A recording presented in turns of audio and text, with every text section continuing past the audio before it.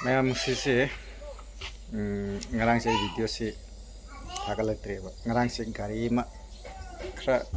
liba gari ma loye ba ko I10 gi ko 2008 gi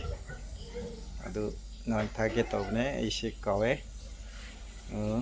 yang halaga memang sesilere singrang lo rupa ne I10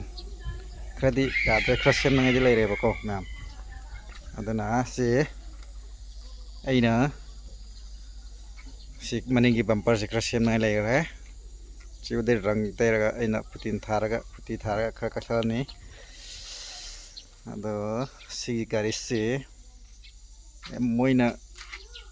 si rengat su hapngai lere ba ko ado si aina loina repairing toselani thonarani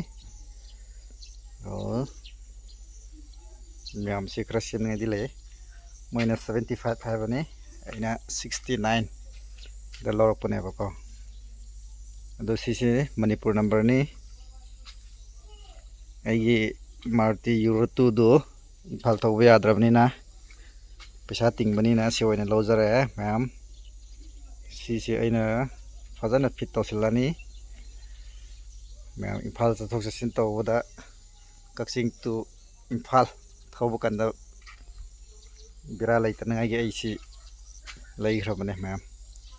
69 da no ma'am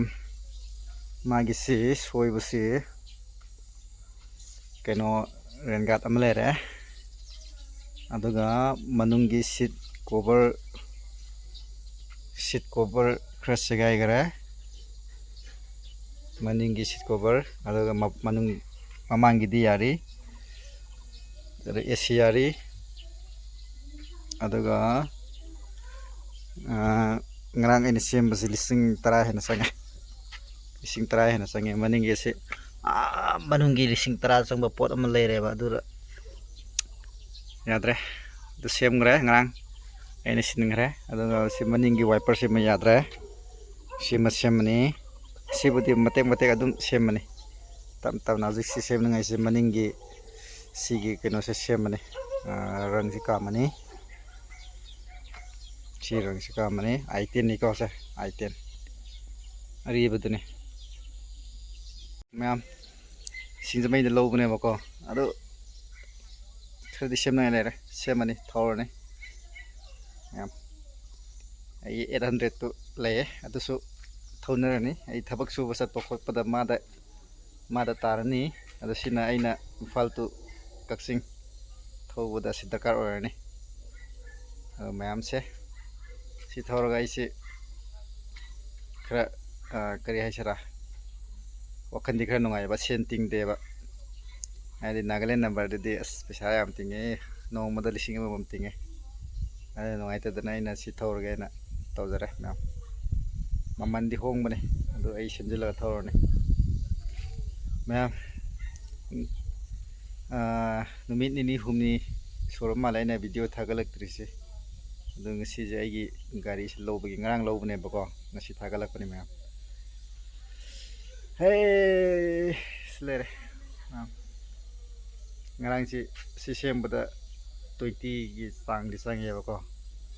20 or 69 70 80 di tare bako ado yam mamang da keno amadi leiri ba radiator frame to ko radiator frame se siningai dai maman khra yam ye adu radiator de si mamang si to ko sigi sida khasem nai le adu ai hayang yeng ani hayang second hand da yeng ga phangadi second hand da hapane phandraga na percent da tare adu mamandi kya le brakni moina original tabdi ising mari hai ko the original or so sa manarani mamando ai hangaga haptar so mamando hangaga yeng batare aga wai digi maru oi maningi keno to ngrang di keno si tatlam bane magi thau pipe to labor gi to adu magi keno do magi maningi road sang mam ya adu ꯌꯦꯛꯄꯗꯒꯤ ꯃꯣꯏꯅ ꯁꯧꯔꯕ ꯃꯥꯜꯂꯦ ꯑꯗꯣ ꯑꯩꯅ ꯁꯤꯟꯗꯣꯛꯈ꯭ꯔꯦ ꯉꯔꯥꯡ ꯑꯗꯨꯅ ꯑꯗꯨꯒꯤ ꯌꯣꯟꯕ ꯀꯥꯟꯗꯅ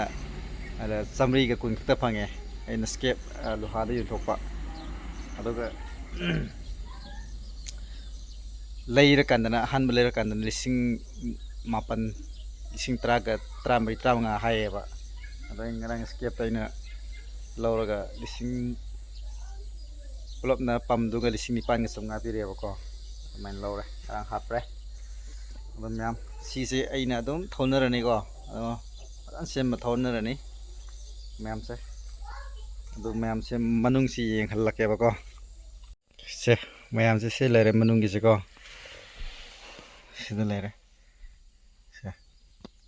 ꯇꯦꯞꯀꯁꯤ ꯂꯣꯏ ꯌꯥꯔꯤꯕꯅꯤ ꯑꯦꯁꯤꯁꯨ ꯌꯥꯔꯤ ꯑꯗꯣ ꯃꯥꯒꯤꯁꯤ ꯕꯦꯇ꯭ꯔꯤ ꯈꯔꯗꯤ ꯁꯣꯜꯂꯦ ꯑꯦꯁꯤ ꯊꯥꯔꯀꯥꯟꯗ ꯉꯁꯥꯏ ꯁ꯭ꯇꯥꯔꯠ ꯃꯨꯠꯈꯤꯕꯅꯦꯕ ꯍꯣ ꯌꯥꯗꯕꯗ ꯁꯤ ꯂꯩꯔꯦ ꯒꯥꯔꯤꯗꯤ ꯑꯗꯨꯝ ꯈꯔꯗꯤ ꯅꯥꯜꯂꯤ ꯌꯦꯡꯉꯣ ꯈꯔ ꯁꯤꯠꯇꯨ ꯁꯤ ꯈꯛꯇ ꯁꯤ ꯌꯥꯔꯤꯕꯅꯤꯀꯣ ꯈꯔ ꯁꯦꯝꯅꯉꯥꯏ ꯃꯅꯨꯡꯗꯗꯤ ꯌꯥꯝ ꯀꯟꯅ ꯂꯩꯕ ꯑꯣꯏꯗ꯭ꯔꯦ ꯁꯦꯝꯅꯉꯥꯏꯗꯤ ꯁꯤꯗ ꯄꯥꯏꯐꯝꯗꯤ ꯑꯅꯤꯃꯗꯤ ꯇꯠꯈ꯭ꯔꯦ ꯁꯤꯗ ꯑꯃꯒ ꯁꯤꯃꯁꯨ ꯍꯥꯞꯆꯤꯜꯂꯅꯤ ꯇꯞꯅ ꯑꯩꯅ ꯁꯦꯝꯖꯤꯜꯂꯅꯤ ꯃꯌꯥꯝ ꯁꯤ ꯂꯩꯔꯦꯀꯣ ꯁꯤꯅꯤ ꯒꯥꯔꯤꯗꯤ ꯑꯗꯨꯝ ꯊꯧꯅꯕꯗ ꯌꯥꯔꯦ ꯌꯥꯝ ꯉꯁꯤꯒꯤꯗꯤ ꯕ꯭ꯂꯣꯛꯁꯦ ꯁꯤꯗ ꯂꯣꯏꯖꯔꯒꯦ ꯃꯌꯥꯝ ꯕꯥꯏ ꯕꯥꯏ